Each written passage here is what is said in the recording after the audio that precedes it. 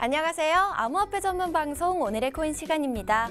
비트코인 거래량이 2년 사이 최저치를 기록하고 있다는 소식이 들려오고 있는데요. 우선 이 시각 국내 주요 암호화폐 가격 시황 먼저 살펴보겠습니다. 3월 7일 오전 9시 기준입니다.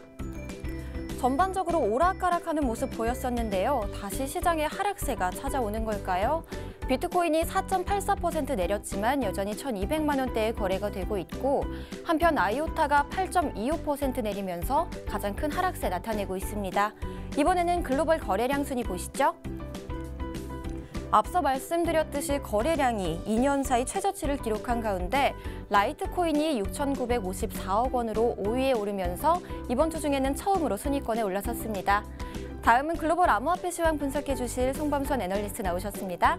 안녕하세요. 안녕하세요. 반갑습니다. 송범선입니다. 전문가님, 요즘 이 국가 암호화폐를 발행하는 게 트렌드인가 봐요. 네. 얼마 전에 이 베네수엘라 페트로가 있었잖아요.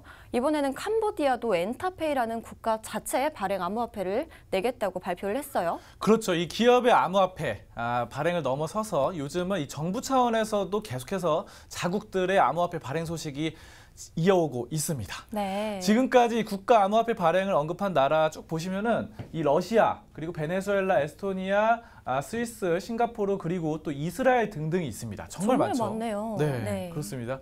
여루 씨가 아까 말씀하신 그 캄보디아 같은 경우는 최근에 이 동남아시아 블록체인 회의에서 이 캄보디아의 엔타페이가 바로 비자와 같은 주류 지불 모델도 대체할 수 있을 거라면서 큰 자신감을 내비치기도 했고요. 네.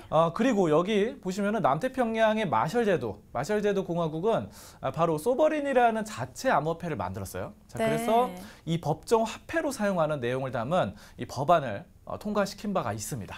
그럼 이 마셜제도 공화국이라는 곳은 암호화폐가 법정화폐인 거네요? 그렇죠. 이 소버린과 달러를 동시에 법정화폐로 사용하고 있는 거죠. 네. 자, 그래서 이번 다가오는 10일에 이 ICO가 진행될 예정이고요. 만약에 이게 현실화된다면은 세계 최초의 법정 통화 암호화폐가 탄생하게 되는 것이죠. 근데 제가 듣기로는 세계 최초의 암호화폐는 페트로 아닌가요? 법정 암호화폐, 맞죠? 네, 페트로와 소버린이 이제 국가가 주체가 돼서 발행한 암호화폐라는 점은 좀 같아요. 하지만 이 법정 통화로서의 인정 여부는 좀 다릅니다. 그렇게 다른 게 또 있군요. 네, 말씀드리자면은 이 암호화폐를 법정 통화로 편입하려는 이른바 이 CBDC 논의가 몇 년 전부터 각국의 중앙은행들 중심으로 활발하게 펼쳐지고 있는데요. 네. 다만 일부 국가에서 암호화폐를 단순 지급 결제 수단으로 인정하는 경우를 두고서 이 법정 통화가 법정 화폐가 됐다고 오해하는 일은 없어야 되겠습니다. 네, 그렇겠네요. 자, 그래서 이런 차이점이 있다. 이렇게 네. 보시면 되겠고요. 자, 그럼 이 가격적인 부분 차트 보면서 얘기 나눠보도록 하겠습니다. 네, 좀 자세한 설명 부탁드릴게요. 비트코인과 대부분의 암호화폐들이 좀 약세입니다. 동반 하락세고요. 지금 비트코인이 계속해서 어제 기점으로 한 번도 반등을 못하고 하락세를 나타났습니다. 그리고 미국에서도 계속 그렇게 나타나서 간밤사이 일어났어요. 여기서. 자, 그리고 이더리움 보겠습니다. 이더리움 같은 경우는 어제 그래도 95만 원 선을 좀 잘 지켜줬거든요. 근데 이것을 빠지기 시작하더니 간밤 사이에 역시 91만 원 선까지 좀 떨어집니다. 그래서 90만 원이 좀 간당간당한 그런 지지선으로 자리 잡고 있습니다. 리플도 마찬가지예요. 리플도 지금 1,000원이 무너질 것 같은 그런 위기감에 놓여 있습니다. 자, 여기 보시면은 거래량이 많이 줄었다라는 점인데 지금 하단에 나와 있는 거래량 같은 경우는 예전 거랑 비교는 할 수 없어요. 그렇지만 예전에 지금 2년 사이에 좀 길게 보자면 2년 내 최저치의 거래량이 현재 나타나고 있다. 이렇게 보여지고 있고요. 이런 것들이 관망세로 뚜렷합니다. 자, 그리고 시장을 이끌 만한 강세를 이끌 만한 그런 모멘텀이 뚜렷하지 않다는 점도 계속해서 말이 나오고 있는 상황이고요. 특히 어제 같은 경우는 하버드 대학교 경제학과 교수가 좀 안 좋은 이런 말을 했는데 바로 케네스 로고프 하버드 경제학과 교수가 바로 이런 말을 했습니다. 비트코인이 향후에 10만 달러까지 가는 것보다는 바로 100달러 선까지 떨어질 확률이 높다라는 건데요. 네. 지금 비트코인이 10,000달러 생각하신다면은 10만 달러, 그러니까 10배 오를 가능성보다는 지금 현재 가격보다, 그러니까 아까 100달러면 10만 원 선이죠. 그러니까 네. 현재 1,000만 원이니까 100분의 1 가격까지 떨어질 확률이 높다는 것이죠. 근데 여기는 말을 좀 조심하게 받아들여야 될 부분이 그렇다고 이 교수가 100분의 1까지 떨어진다 이렇게 단정 지은 것은 아니고 그렇죠. 10배 오를 가능성보다는 100분의 1까지 떨어질 가능성이 높다 이렇게 말을 한 겁니다. 그렇기 때문에 너무 공포심을 가지실 필요는 없을 것 같습니다. 네. 자, 그리고 다른 전문가들도 긍정적인 발언을 했는데 바로 더머클 전문가, 암호화폐 전문가는 이런 얘기를 했습니다. 미국 증시가 향후에 좀 조정받을 가능성이 지금 높다. 지금 미국 증시 같은 경우 주식이나 채권 등등이죠. 근데 주식 가격이 다우지수나 나스닥 지수가 떨어졌을 때 상대적으로 금과 함께 안전자산으로 불리는 바로 암호화폐가 상대적으로 치고 올라갈 가능성이 높다라고 언급을 했습니다. 이것 때문에 좀 어느 정도 기대되어지고 있기도 해요. 자, 그렇기 때문에 여러분들이 여러 사람들의 얘기를 좀 들어보고 또 추세도 보고 여러 가지 판단을 좀 종합적으로 잘 하셔야 될 것 같습니다. 여기까지 암호화폐 종합 분석 시간이었습니다. 말씀 감사합니다.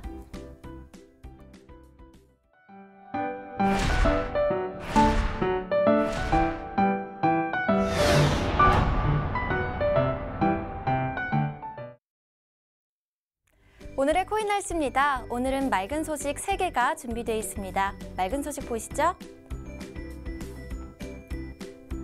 중국의 정치 고문 왕펑지에가 국가주도 암호화폐 거래 플랫폼을 만들 것을 제안했습니다. 왕펑지에는 중국 인민정치협상회의 위원이죠. 중국 인민은행과 증권감독위원회가 공동으로 블록체인 및 디지털 자산관리 승인 시스템을 만든 뒤 잠재적인 거래소로 이어가자는 건데요. 또 그는 비트코인과 이더리움의 시총이 중국 인터넷 기업 텐센트보다 크다면서 중국이 더 이상 암호화폐 거래소를 폐쇄해 놓아서는 안 된다고 강조했습니다. 다음 소식 보시죠.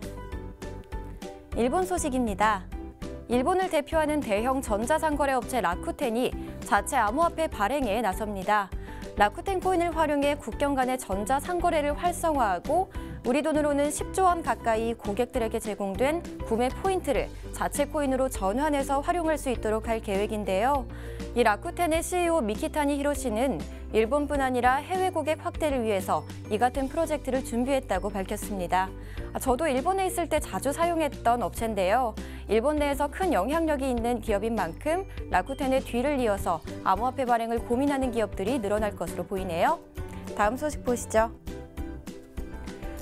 국내 소식입니다. 대한변호사협회가 암호화폐 투자자를 위한 법률안을 발표했습니다. 이 법률안은 이용자 보호와 암호화폐 산업 발전 가능성, 이 두 가지 사안에 중점을 뒀는데요. 구체적으로는 거래 방식 제한, 자기매매 제한, 시세 조종 행위 금지, 공매도 제한 등의 내용이 담겨 있습니다. 이 암호화폐 성장에는 제도적인 뒷받침이 중요하죠.